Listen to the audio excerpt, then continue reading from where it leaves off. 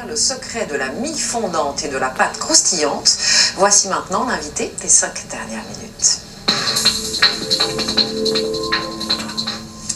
Et cet invité, c'est Éric Kayser et ses magnifiques pains. Merci à vous, Éric, d'être venu avec cette étale de boulanger qui est là sur notre plateau.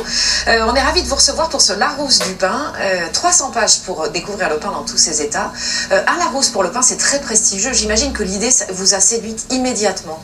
Oui, pour moi, parler du pain, parler de ce symbole qui est le pain, on part avec quelques ingrédients et on fait quelque chose de très construit, de très beau, avec beaucoup d'arômes, et peut-être un des seuls aliments avec lequel on peut survivre, c'est quelque chose de superbe. Et puis collaborer avec Larousse, c'était le summum pour moi. Alors ça donne ça, juste place à un aliment du quotidien qui est vraiment exceptionnel. Expliquez-nous, vous qui êtes vraiment le spécialiste du pain, comment on reconnaît un bon pain? Alors, il y a... quelques trucs. Quand vous prenez une baguette, par exemple, vous devez déjà regarder sa couleur. Quand vous voyez qu'elle a une couleur marron comme ça, il ne faut pas qu'elle soit blanche, sinon elle n'est pas caramélisée. On a plus de 200 arômes qui se forment à la caramélisation du pain, donc à la cuisson. Donc il faut que le pain soit cette couleur marron, jaune et marron. Ouais. S'il est blanc, il n'a pas les arômes, il n'y a pas la caramélisation. Ensuite, vous devez l'entendre chanter. Donc normalement, on entend croustiller la baguette, oui, on entend croustiller. Elle chante toujours. Ensuite, on va la rompre. Le pain, ça se partage. Donc quand vous êtes autour d'une table, on a plaisir à partager les pains. Le pain, les gens me disent toujours, faut un couteau, faut un couteau. Mais avant, on rompait le pain, on se cassait pas la tête. Hein. Ouais. Ensuite, vous regardez sa mie. Regardez, on a une mie, une fois déchirée, qui est une alvéolation complètement irrégulière. Des gros trous, des petits trous. Et ça c'est très important. Ça symbolise la fermentation, une longue fermentation. Il faut des longues fermentations. Ah d'accord. Ensuite, vous avez quelque chose de super, vous allez le voir vous-même, vous prenez votre pain et vous appuyez dessus et tous les arômes reviennent. C'est un bouquet d'arômes qui vous revient dans le nez, c'est extraordinaire. Donc moi j'apprends aux gens d'aller dans un restaurant par exemple et de couper le pain, de le rompre et de le sentir. Les gens au départ vous regardent avec surprise puis après ils s'habituent à ça. Ah non, on fait ça avec un bon vin, on peut faire ça avec un bon pain. Il faut le faire avec le pain absolument. Ouais. Ensuite vous avez une mie un peu couleur crème, c'est la pigmentation. Elle est pas blanche, hein. Non, c'est la pigmentation de la farine. Au départ, la farine, elle est crème, ce qu'on appelle une couleur crème. C'est la pigmentation caroténoïde qui lui donne cette couleur. Il faut la préserver et pour ça, il ne faut pas pétrir trop longtemps son pain. Pigmentation caroténoïde. Caroténoïde. Bon, c'est scientifique, mais en tout cas, vous nous avez donné plein de trucs. Et puis après, il faut le goûter. Ouais, ça, on va faire ça juste après l'antenne, vous inquiétez pas. Regardez comme il est beau, il a une mie qui est charpentée, qui est superbe. Ah, c'est superbe. Parlez-nous de ce livre, ce Larousse du pain. Comment vous l'avez construit? Parce que moi, je l'ai feuilleté hier après-midi. Il est passionnant, ce livre, parce qu'il y a d'un côté les connaissances fondamentales.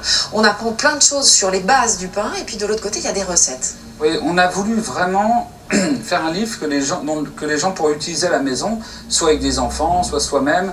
Et pour les gens qui sont initiés, les gens qui veulent s'initier à fabriquer du pain. En vrai, le pain, c'est très simple, mais c'est aussi une alchimie. C'est quelque chose de très compliqué. Vous partez avec des matières premières et vous construisez votre fermentation, votre process pour qu'on sorte un pain qui soit beau. Alors, on peut le mélanger avec des pistaches. Regardez, ici, on a un pain de mie, par exemple, aux pistaches. Regardez cette couleur extraordinaire. On met des arômes de pistache. Vous avez décidé de nous mettre l'eau à la bouche. Moi, je sens tout, toujours. Oui, vous avez raison. Je peux sentir, moi aussi, parce que j'en ai envie, hein, franchement. Vous avez du pain aux figues. Vous avez du pain à tout, on peut tout mélanger. Mais la base, c'est d'avoir une bonne fermentation. Donc la fermentation, on l'a repris comme ça se fait dans le temps. À l'époque, on n'avait pas de levure industrielle, on avait du levain naturel, les levures naturelles. Alors moi, ce que j'ai trouvé formidable dans votre livre, c'est aussi qu'il y a des chapitres où on apprend de ses erreurs. C'est-à-dire à un moment, vous nous dites comment il faut faire, et puis si ça tourne pas comme il faut, et ben vous nous dites c'est normal parce que vous avez dû rater ci ou vous avez dû rater ça. Et ça, c'est super parce qu'on se trompe tous quand on fait une recette. Moi, j'étais formateur pendant longtemps. Et puis, à des moments, ça me rendait malade de rater mes recettes et de voir que la pâte était mal pétrie, que j'allais être obligé de la cuire. Et les boulangers à qui je m'adressais, ils allaient se rendre compte que j'avais raté mon truc. Donc je me suis dit, c'est pas possible, on va pas refaire ça. Enfin, il faut en tout cas qu'on montre aux gens les sources d'erreurs pour qu'ils se rendent compte. Et puis je crois que c'est en faisant des erreurs qu'on progresse et qu'on évolue. Alors, on l'a dit, il y a plein de recettes. Il y a aussi des recettes salées avec des pains venus du monde entier. Et vous tenez à nous dire d'ailleurs qu'au départ, le pain, c'était un plat. Au départ, il y a 200-300 ans, on n'avait rien, donc on n'avait pas d'assiette, ça n'existait pas. Donc on prenait une... Alors, c'était ces pains, ces grosses tourtes de pain au levain qu'on faisait à la maison. On coupait une tranche et on mettait les ingrédients qu'on trouvait dans sa campagne. Ça peut être du jambon, ça peut être des légumes, des fruits, et on mangeait ça. Enfin, c'est vrai que c'était écologique, on n'avait plus besoin de faire de vaisselle, plus besoin de lave-vaisselle, plus de lessive, plus rien. C'était très sympa. Et donc on a voulu refaire ça, on fait revivre ça, nous aux États-Unis, au Japon, on a fait des boulangeries, ce qu'on appelle restaurant. Le restaurant avec du boulanger, des tartines garnies. Avec des tartines, et on montre aux gens comment se nourrir avec du pain de façon très naturelle. En tout cas, dans le livre, il y a plein de recettes formidables qui viennent du monde entier. Il y a des recettes aussi, c'est très intéressant, des pains de tradition régionale. Le porte-manteau de Toulouse, le pain tordu du Gers. Il y en a plein, hein. Je note que c'est deux-là, mais il y en a plein. Oui, parce qu'à l'époque, on avait ce qu'on appelle une régionalisation des blés. Donc on avait des blés dans chaque région qui correspondaient à des arômes spécifiques, avec des parfums, des odeurs. Et donc on avait des pains qui différenciaient ces arômes, ces blés. Donc on travaillait avec un blé du Gers, on allait faire le pain du Gers. À Paris, on allait faire notre baguette, par exemple, et on savait que ça correspondait à ce terroir de blé. Alors, blé particulier, et puis à chaque fois des formes particulières aussi.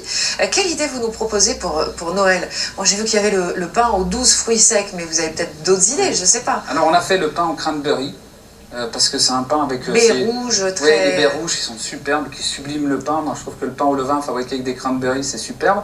On a le pain au marron qui est chez nous un classique depuis quelques années, les gens nous le réclament, il est un peu sucré, il est très bon quand vous mangez une belle oie, une belle volaille, c'est superbe. Ça va être délicieux. On a le pain de seigle, on a refait des pains allemands très foncés. Faire la farce d'ailleurs, j'imagine, avec oui, pain au marron. On peut retravailler. Ouais. D'ailleurs, il y a des régions où on cuisait le poulet, par exemple, avec de la pâte à pain, comme la croûte de sel, et c'est superbe. Et puis on a redémarré, il n'y a pas longtemps, on a voulu redémarrer aussi le pain sans gluten. Sans gluten, parce que vous avez vu, il y a beaucoup de gens qui sont intolérants, qui pensent ou qui sont intolérants, il y a les deux. Et on a voulu travailler sur les recettes pour voir si on pouvait obtenir un résultat intéressant avec le pain sans gluten. En tout cas, vous avez réussi votre pari, vous avez réussi à nous faire saliver, ça c'est clair. Ils sont bons, hein, parce qu'il y a plein de céréales dessus. Merci à vous, Eric Kayser. Le Larousse du pain, un livre à feuilleter, j'allais dire presque à déguster. Et surtout, il faut faire toutes les recettes avec les très belles photos de Massimo Pessina. Merci infiniment. Merci beaucoup de m'avoir reçu. Je vous en prie. C'est la fin de ce journal.